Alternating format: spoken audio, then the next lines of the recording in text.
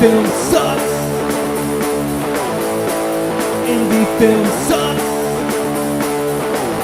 It's the Indie Film Sucks podcast. Yeah.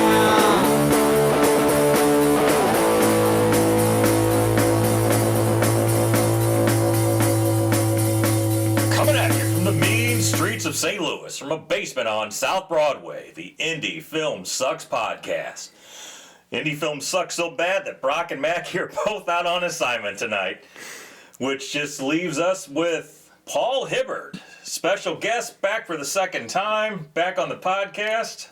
Yeah, how you doing? Oh, fantastic. Good. I'll be a guest and co-host since it's such a freestyling night tonight. Pretty much. But before we get rolling, I have the famous question. Sure. What is your suck? Well, last time I just let it rip what my suck was, and I kind of got it all out. So this time, since I'm going through this whole festival thing, I would say that my suck is how hard it is to run a festival, and it is a good form of a suck. It's fulfilling, it's awesome, but this has given me an appreciation for people who run festivals. There is so much work to do. I mean, you can't even imagine what it is, and then on top of that, you're just like stressed out about if people are going to come out to it, and if the filmmakers are going to give you their films in the right format that you need. It's just in advertising and media and all this stuff. It is just a ton of different direction, and it feels a lot like filmmaking. Like it feels like I kind of thought it would be like a different arm of my passion for film, but in certain ways, the way when I make a film, I'm worried, is this person going to show up? Is this person going to do their job? Blah, blah. I kind of feel that way when it comes to running a festival too. But that said, I really love it. So is it harder to run a festival than it is to make a movie? It is...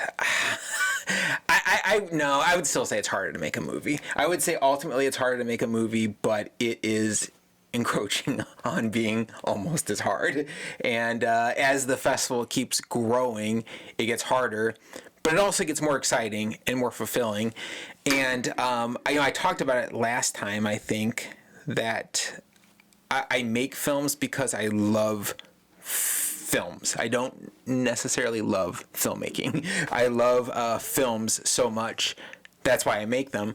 And so there is something about running a festival where I'm more locked into like the passion of film, because I'm promoting like all these great filmmakers, and it's a festival that's curated after my taste.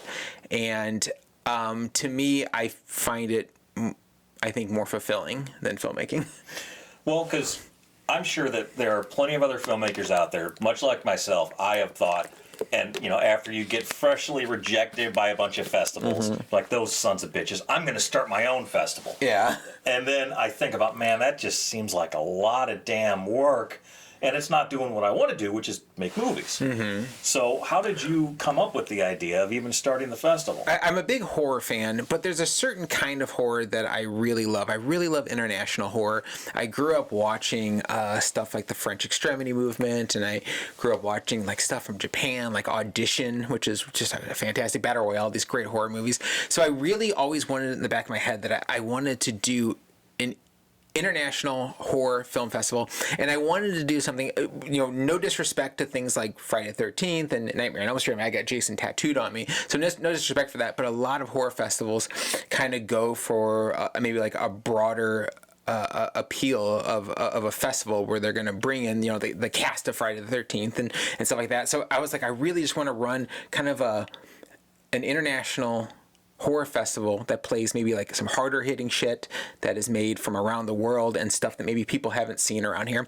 So I always had that in the back of my head. And my movie I made, Some Visitors, was also influenced by that stuff. It was very influenced by the French Extremity movement. When it came time to play my movie in St. Louis, it just felt like the perfect fit to start a festival. So the place I play it at, Arcadin Cinema, they asked me if I wanted to play Some Visitors, which is 27 minutes long. They gave me an evening. So Some Visitors went to a bunch of festivals, and I'd watch other movies at the festivals, and I would just go to the filmmakers and I'd be like, hey, your short's awesome. Do you want to play in St. Louis along with my movie?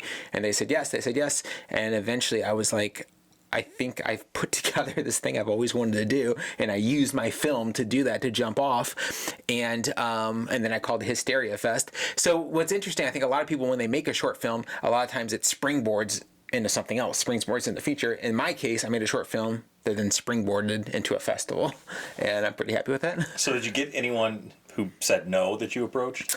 No, I did not. Everybody was really cool. There was a few people who, there was one person who didn't respond, and I thought they were blowing me off, but they responded after the festival, and they said all my emails were going to their spam box, their spam folder. But no, for the most part, I think filmmakers are just super excited to have their stuff played, so everybody said yes.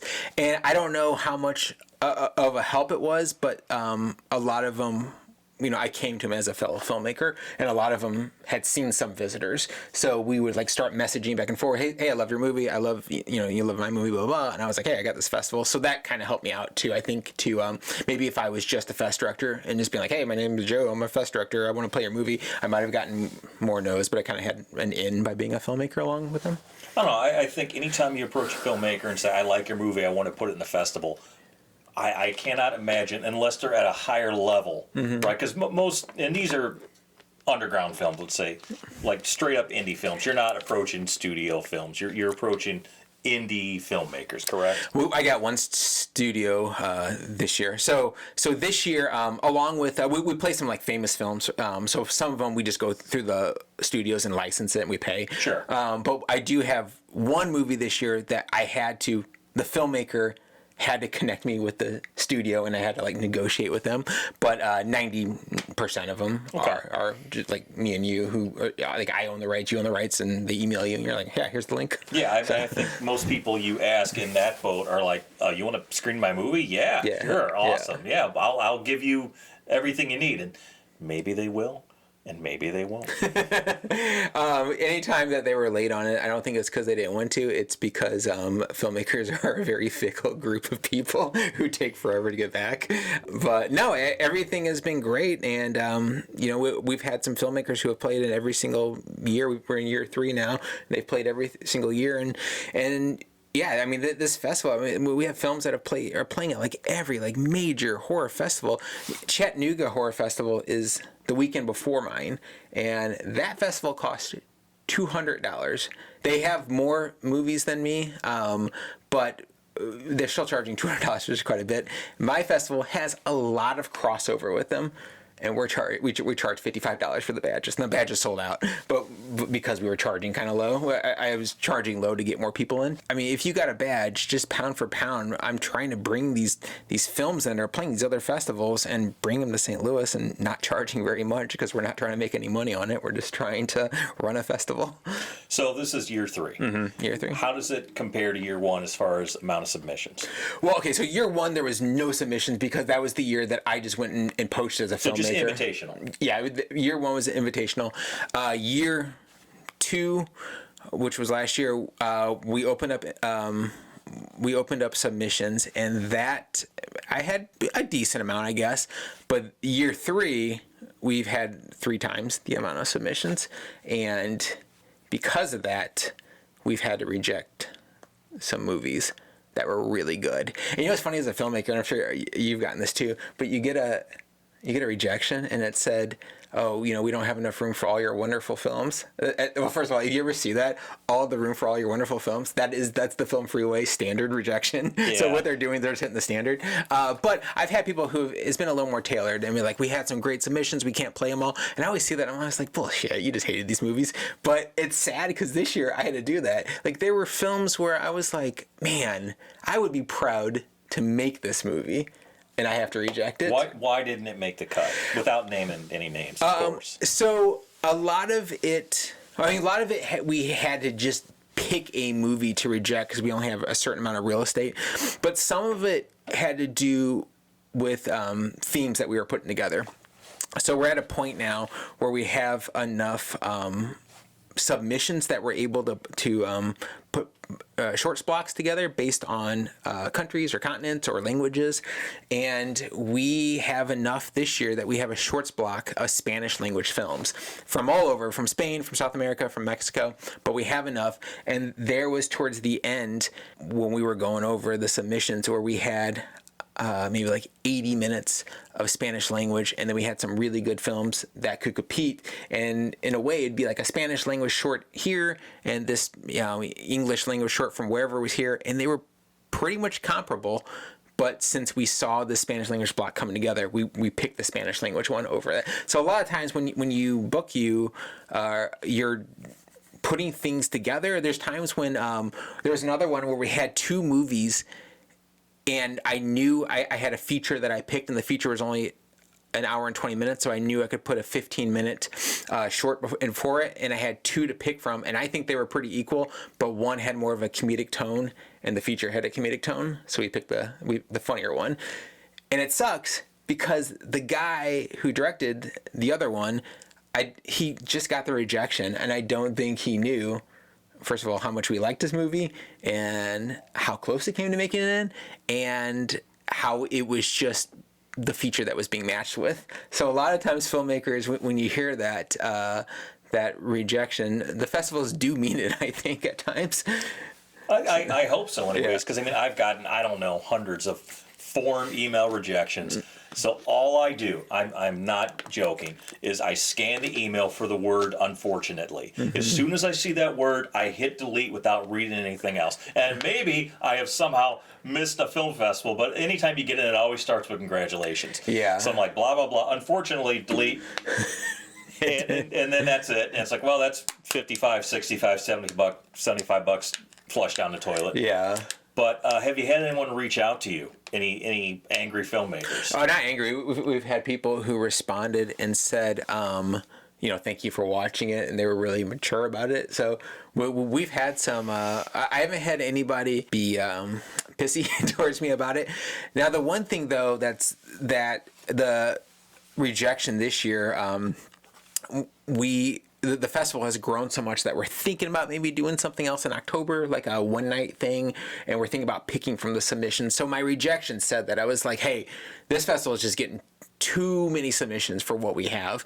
And I was like, because of that, we're looking to do something in October. We're not going to reopen submissions. I'm just going to go back through these submissions and pick some of the stuff that we love that didn't make it. So maybe because of that, because they maybe think that they're going to get picked in October, people were nicer to me. But if I was just like, no, we're done with your movie, I might have gotten more responses. So speaking of that, the Arcadon is a pretty small venue. It's a micro cinema. Yeah. Do you think your festival is going to outgrow it? I don't think I'll ever leave Arcadon altogether. It's possible that it could be a second venue. It's possible that we could grow around the city. I would think, though, that first what we would want to do is to do more days and more shows and try to just grow as much as we can.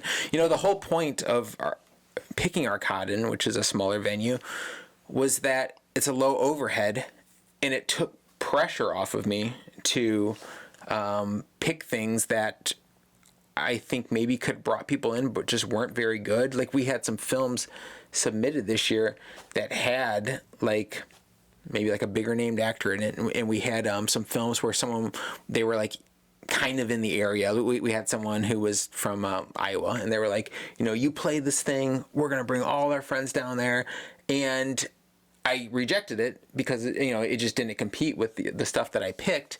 But there is this feeling, this pull. It's like, oh man, if they're really gonna bring all these people in, that's good money there. But then I just remind myself that the whole point of picking Arcadon was it was low overhead, and that allowed me to maintain a purity with the festival, that I didn't have to fill a huge venue. I don't have to fill, the High Point. I don't have to book things that maybe aren't the best, but will bring people in. I can just play whatever I want.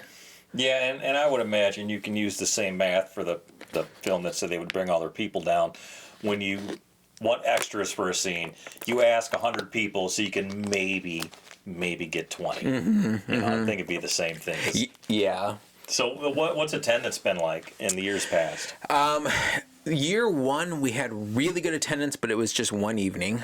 So with it being so condensed to one evening, it sold out there. Year two last year, it was really hit or miss, and I don't even understand why certain screenings did better than some. We had some screenings, we had like 5 people in there, and then we had some screenings that were sold out. Like like a random shorts block would sell out. I'm like, why is this sold out? Some of it made sense. Every year we play some like famous films. So every year my festival focuses on a new country or a new region. And last year we focused on France. And we played Martyrs, and that one was closing night. That basically sold out. So some of that is predictable. And this year we're playing some Scandinavian famous films, and those are getting pretty close to selling out.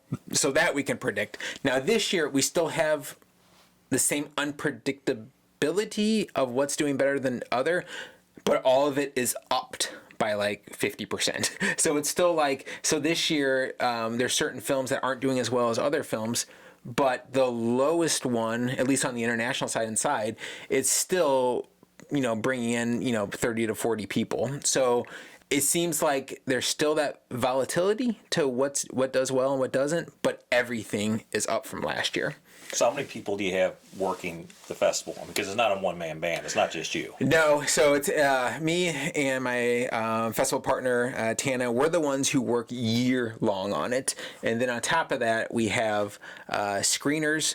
Basically, the process works is I get a submission, I watch it first, and I will give the yes or no on if it goes to the next level. So, because some of them, I know everybody's trying to make a good movie, but some of them, it's like edited together with duct tape, and so like not everyone's a hitter, man. Yeah, not everyone's a hit, but there is like a feeling where I watch the first batch and I'm like, is this?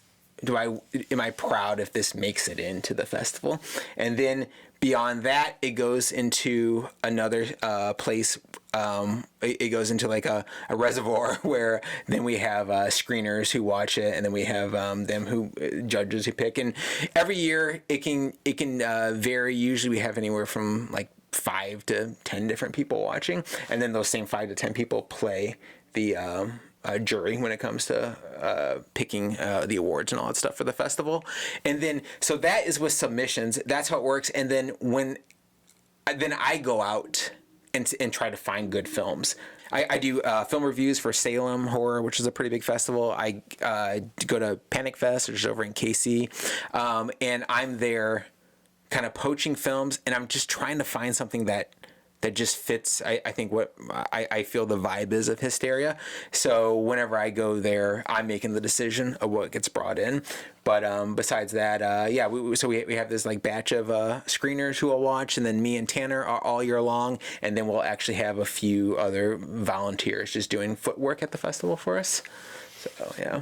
So how do you think running the festival is going to impact your ability to make films if this is like a year-long process? In one way, it is, I don't want to say distressing, but it wasn't until I ran a festival that I realized how good so many movies are. And there's so many movies that get brought to me, and I'm not even that big of a festival, so I can only imagine what's getting submitted to Fright Fest and Fantastic Fest. But I am getting these submissions, and these movies are all just like incredible, and it makes me just really want to up my game as a filmmaker. It also makes me just not want to make a movie unless I really want to do it, unless I really, really believe in it.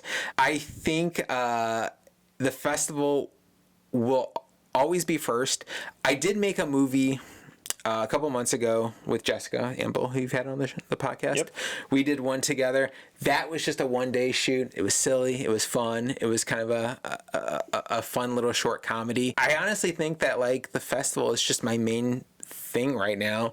And not to say I'm going to become a hobbyist, because I feel like I've gotten enough skills that I'm not a hobbyist. Like I know how to. For some reason, I think hobbyists maybe they don't really know how to make a movie. But I want to step back into being like just making films for fun for myself, and then really focusing on the festival is my main thing. I know it is hard as hell to make any kind of living and any kind of money as a filmmaker. Mm-hmm. Like it's damn near impossible. Just when you talk about just the amount of people just just a sheer volume of films being made, and good films, not shot on VHS pieces of crap, but good, solid. Like, man, I wish I could do that. Films, and not all of them made for millions and millions of dollars. Some made for a very modest budget.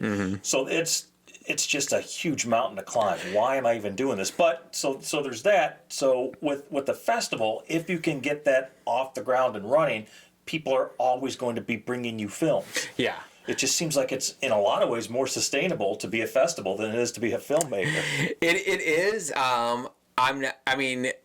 By being sustainable, we'll always just break even at best and keep putting it into anything over, we just put it in to grow the next year. Even that is damn hard to do. That is hard to do with independent film. Yeah, and that's a thought that I have, that the idea of like going like bigger venues and everything. Now overhead gets bigger, and are we going to start losing money? Because a lot of festivals do lose money. So far, we've been pretty lucky about that.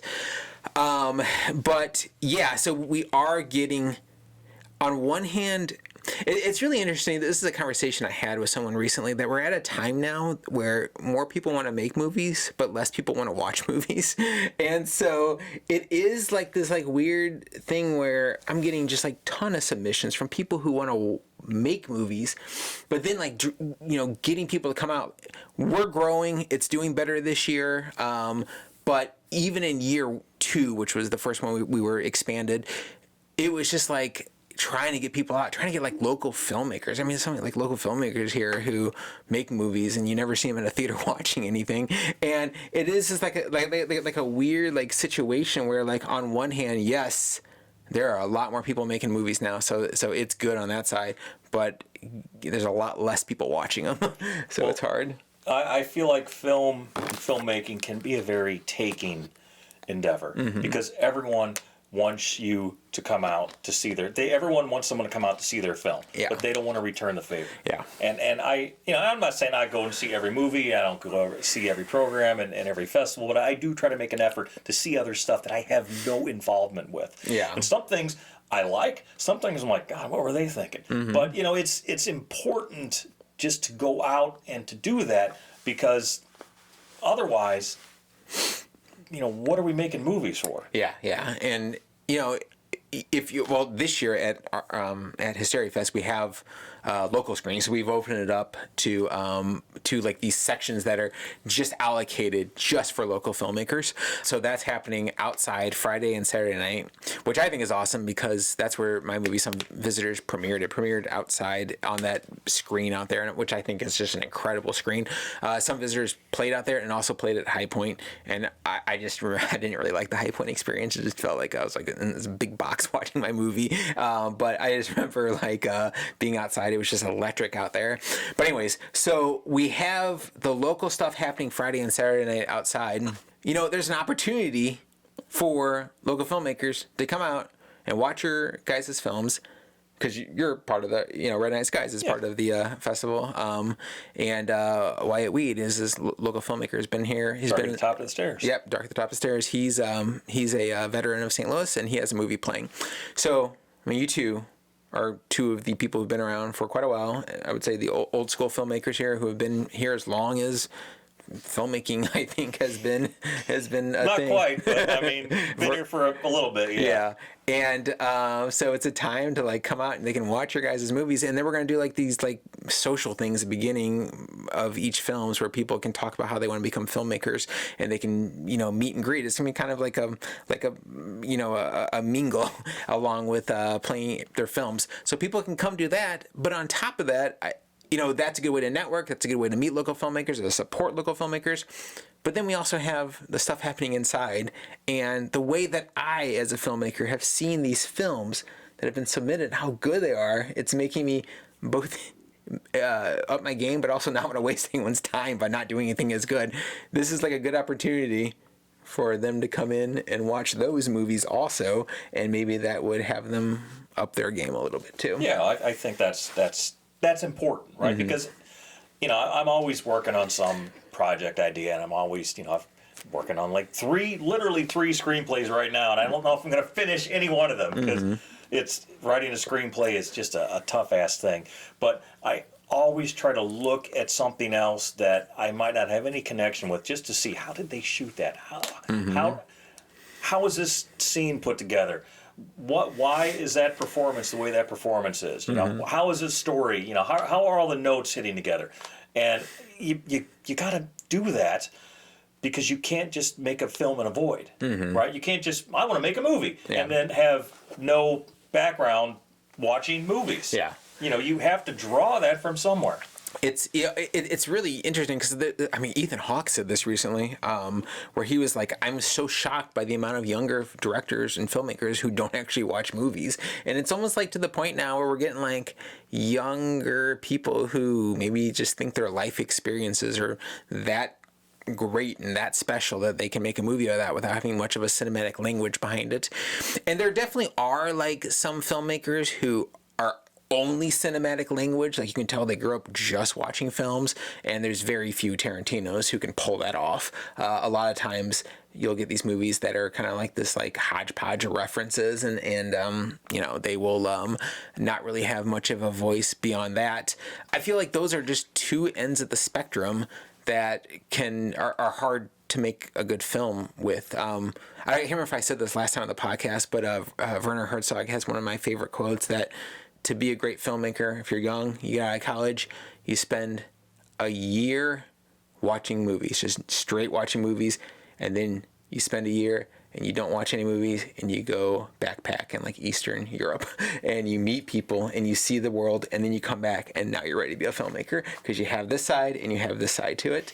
And there's just a lot of like filmmakers who just, I think, don't have that cinematic language to what they do. You know, they want to make movies because I this is kind of a cynical view, and this isn't everybody, but I know a lot of people want to make movies because they want to be famous, because that's what Instagram has kind of done to us now, where if you can go be famous, you can be viral and being like a famous actor. Yeah, you can get famous on Instagram. You're not going to get famous easily as a filmmaker. Yeah. That's like the way harder path. But how about drop out of school and work in a factory for a number of years? How about that path to being a filmmaker? That could work too, especially if I don't recommend that path at all. As long as you make a movie about being in the factory. Yeah, I haven't done that. But so another thing to think about with Hysteria Fest is, okay, St. Louis has an established film scene. Right. And for many years, there was really only one, which Cinema St. Louis, they put on the St. Louis Filmmaker Showcase, which showcases just local films or films that have local ties somehow. And then there's the St. Louis International Film Festival, which has films from around the world. It's international and also a local component. How do you feel stepping into that arena? Because, you know, there was for many years that and not much else. I feel that in certain ways they have a stranglehold on the St. Louis scene, and it would just be hard to compete. But I also don't really like feel like I need to like compete with that, because I feel like what I'm doing is, I always say that if there was a festival doing what I was doing, I wouldn't have started my festival. And the fact that I started it is because I didn't see it anywhere around here. SLIF, which is part of St. Louis International Film Festival, I go to it. They play a lot of international films, and some of them are really good. But I didn't see like a lot of like international films that really hit some of the chords that I really love in a film. There are some like really like dangerous and some like provocateur filmmakers all around the world, and I don't really see their films at St. Louis International Film Festival. So that was a market I felt like I could kind of grab myself. I also didn't really know of a horror festival here in St. Louis at the time, so I was like, I can kind of grab that market too. And so, you know, stepping into the arena, I like to think that what I do is different enough from them in terms of what we play, that I don't necessarily need to compete with them. But I guess another way, we are an international film festival like they are. So I think people might kind of compare the two of us.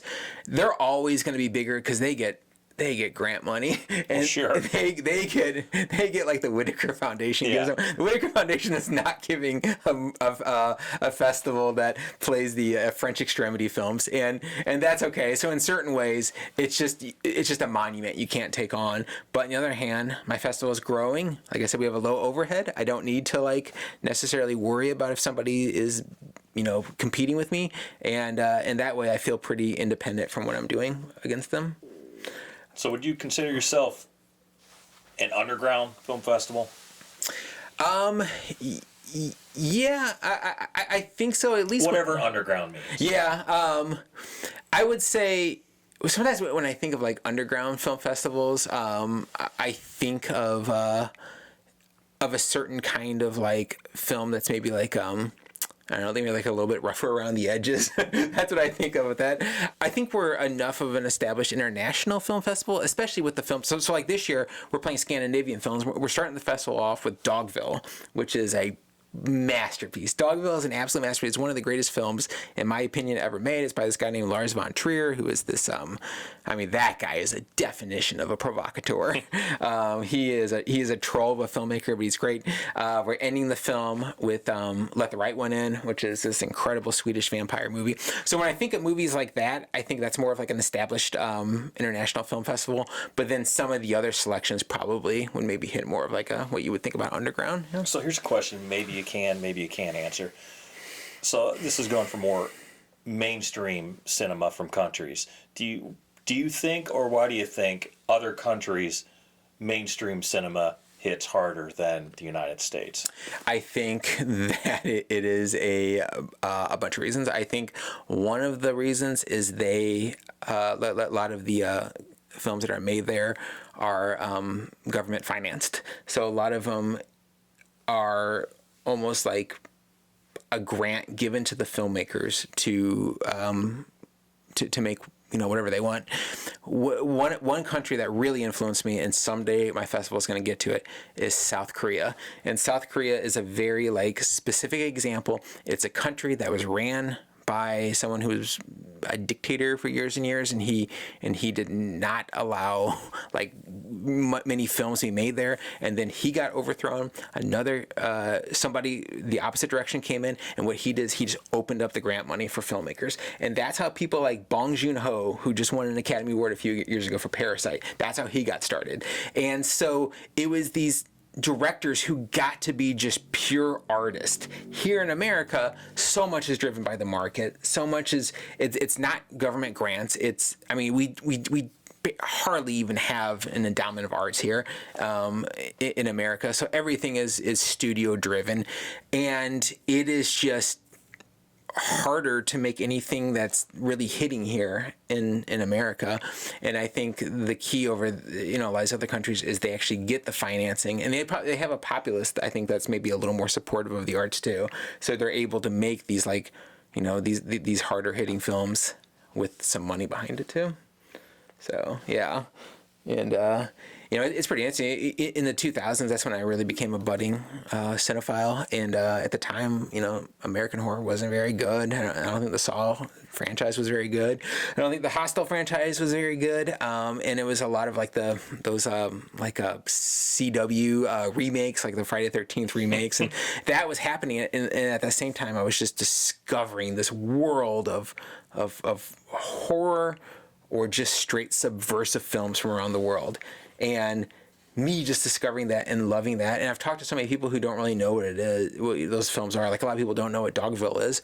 And that's what's so exciting about Hysteria Fest is I get to show people these movies that just really impacted me at one time.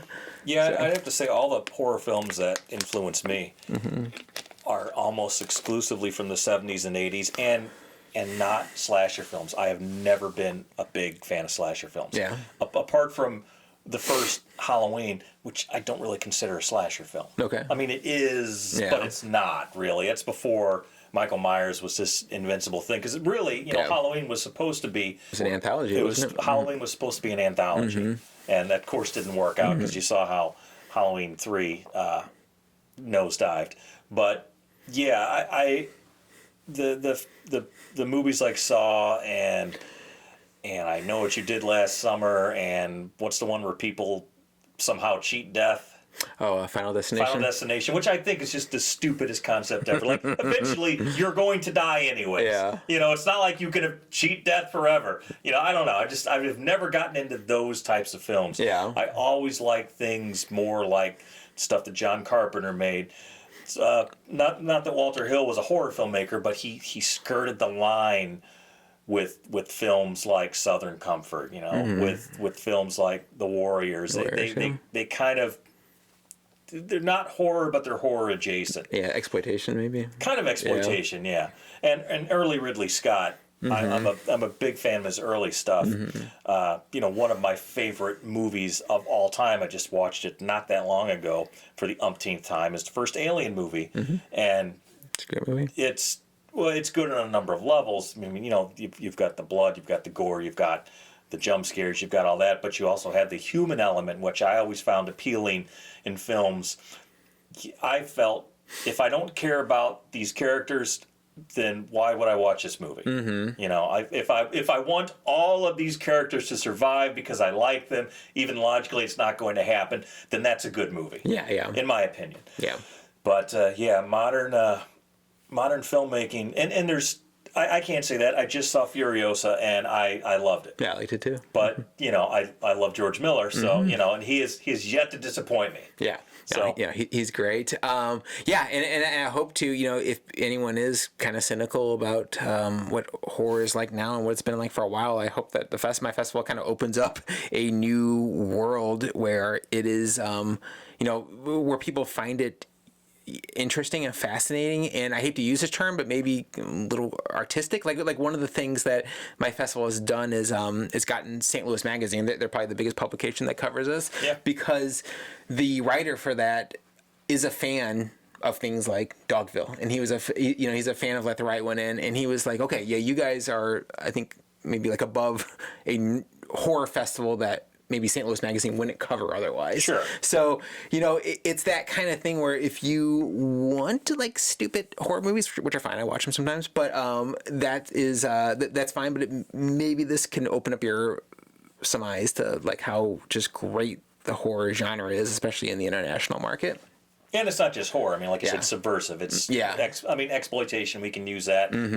It's not just slasher movies. Yeah. It's not just monster movies. That's the thing about the horror genre, which why so many people embrace it, is it encompasses so many things. Yeah, it does. And I mean, there are some. We have one playing that is really bending the definition of horror. Like, it is very much not a horror. And the director sent it to me, and he was like, "Hey, you're probably gonna reject this because it's not horror." And I watched it, and I was like, "Boy, that is not horror at all, but it's really good." And it's kind of like this weird thing where I made a post of this on Facebook that, like, I just know what a Hysteria Fest is when I see it. It's kind of transgressive. It's kind of subversive. It's a kind of film that just, it's almost like it's like what the Supreme Court said about porn, where they're like, I can't define porn. I just know what it is when I see it. And that's how I feel about Hysteria Fest film. I can't fully define it. It's kind of horror. It's kind of international, but it's just something that isn't covered here in St. Louis. And it's a kind of movie I'm really excited to play. But it's funny because as my festival keeps going, though, I'm learning what the festival is too. Like, it's kind of pulled a little bit away from horror and become international. And now we're taking this jump into local films this year. And honestly, I don't even know what my festival's home is when it comes to like local films, because you have the showcase, which is a juggernaut of like every local filmmaker is just programmed to send to the showcase. So you have that, but now you have these other festivals that are all popping up that are focused on local films, and so in a way, it's like, well, is that market just too covered? And then B, do local filmmakers even need Hysteria Fest? Like what I'm trying to figure out what value that it brings, and I'm hoping that like to play some of these films alongside, like these films around the world. I'm creating this ecosystem where they're all like playing together, and hopefully that is some sort of like value for local filmmakers. But we're just playing it year by year, seeing how it works out. This is the first year we're doing local films. It's very possible we might just go back to just international this year. But if it turns into a success in crowd, but also like I want it to turn to a success where I feel like it's doing something. Like I want it to feel like it's having some sort of impact, and local filmmakers are getting something from it besides just another place to play your movies. So every year we're just testing out new things, trying to figure out what Hysteria Fest is, and this year we're really testing out the local side and seeing how that's going to work out. No, I absolutely think it's necessary. I think there are always going to be filmmakers who fit outside of the box. There are always going to be filmmakers who are not trying to make a mainstream film, not even necessarily, feel-good film, or because there's a place for all types of cinema, and I believe that. Mm-hmm. There's a place for things that I cannot stand. Mm-hmm. Just because I don't like it doesn't mean it doesn't have value. Yeah. But I definitely think there is a place locally for more festivals. I've said that for many years, that there's only one game in town, and they've treated me very well. I'm not going to, say that's not true. They really have. But there needs to be more film festivals, and there needs to be more film festivals for more different types of films and filmmakers. Yeah. If you go to any major city, there are dozens of festivals. Yeah. I remember I was on the showcase jury the year I started Hysteria Fest, so it was 2022, and there was this short film I loved. It was called Member's Mark, and it was from this filmmaker. She shot it over in Illinois, and I remember I watched this movie, and I was like, oh, this movie's so brilliant, and I was like, it's so good, and I was talking to the jury afterwards at the showcase, and they just did not like it at all. Like, they didn't like it. What I was getting from the movie, they were saying, we don't see that, and I was just like, shut out, which is fine, because there's been times where I've been on the side that shut off other people, so it's not like, but I was like completely shut out, and I was like, I think it's a mistake not giving this movie anything, and then it didn't get picked for SLIF, and then after the showcase, it started going to huge genre festivals. I went to Scream Fest and went to Fantastic Fest. These festivals are so hard to get into, and this movie was I was like, I knew this movie was good, and so then that was one of the ones I gave it the invite. It was the only one that didn't play alongside me. That was the one that I saw as a juror that I gave it the invite to play at a Hysteria Fest, and it did play at Hysteria Fest. The crowd loved it, and it won Best Film at there, and I was like, if this festival didn't exist, this movie just would have played at the showcase, and St. Louis would have never seen this thing that's going to all these festivals. And like, there needs to be a festival that catches these things. Yes, absolutely. So, I mean, that is a way that that when I try to think of the place of it here in St. Louis, that is a way that I think it can really have a place, I think. Yeah, you're always going to find local films, local filmmakers that will fit your bill. I guarantee it. There are a lot of things that fly under the radar, because I know so many people, like when they find out I'm a filmmaker, because at this point in life, I don't really advertise it, but it just comes up, and they're like, they make movies in St. Louis? Yeah. Yeah. Yeah, they do. Really? I didn't think they did. Yeah. A lot of people do it here, believe it or not.